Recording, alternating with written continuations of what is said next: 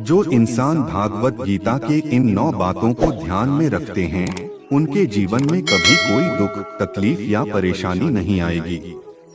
उनके सारे बिगड़े काम बन जाएंगे।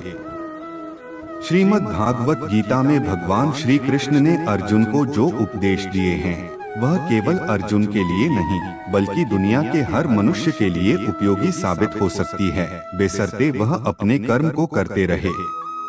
भगवान श्री कृष्ण कहते हैं, जो इंसान श्रीमद् भागवत गीता के इन 9 उपदेशों को अपने जीवन में उतारते हैं, वह मनुष्य अपने सभी दुखों से, क्रोध से, ईर्ष्या से, वासनाओं से, लोभ से और मोह इत्यादि से मुक्त हो जाते हैं और अपने सांसारिक जीवन को छोड़कर भक्ति के रूप में भगवान के अधीन हो जाते हैं और अंत में उसी परमात्मा में समा जाते हैं।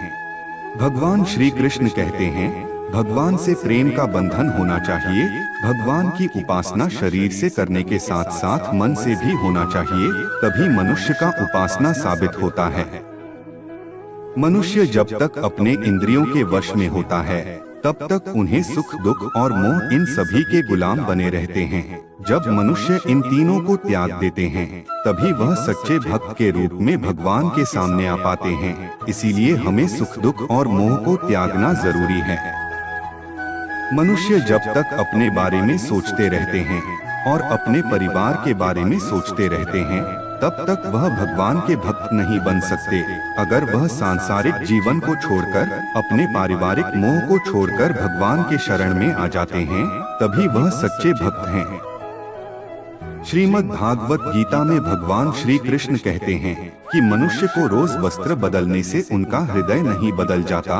उनको अपने वस्त्र नहीं बल्कि अपने मन को बदलना चाहिए, जिससे वह आत्मा के गंदगी को साफ कर सके और स्वच्छ हो सके। इसलिए अपने वस्त्र को नहीं बदले, अपने मन के गंदगी को बदलिए।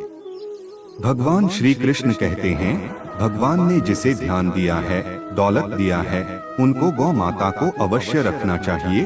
भगवत गीता में मदिरा सेवन, नशा करना, हिंसा करना, दूसरे के प्रति बुरे बात का सोचना, खुद अपने आप को नीचे गिरना होता है। इसलिए किसी के बारे में बुरा कभी न सोचें और अपने काम और लक्ष्य के ओर ध्यान दें, परमात्माओं के ध्यान लगाएं।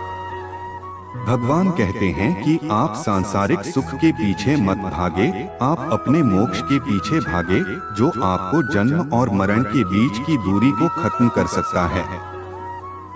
श्री कृष्ण कहते हैं, जहाँ लोभ, मोह रहता है, वही पाप होने की अधिक संभावनाएं होती है। इसीलिए आप लोभ और मोह बिल्कुल न करें। भगवान श्री कृष्ण कहते हैं, मनुष्य को माँ और बुद्धि पर कभी विश्वास नहीं करनी चाहिए, क्योंकि यह हमेशा ही मनुष्य को दगा देते हैं। जब पति और पत्नी में प्रेम होता है, तो उनके घर में सयान भगवान जन्म लेने के लिए तरसते हैं और स्वयं भगवान ही उनके घर में उनके पुत्र पुत्री के रूप में जन्म लेते हैं।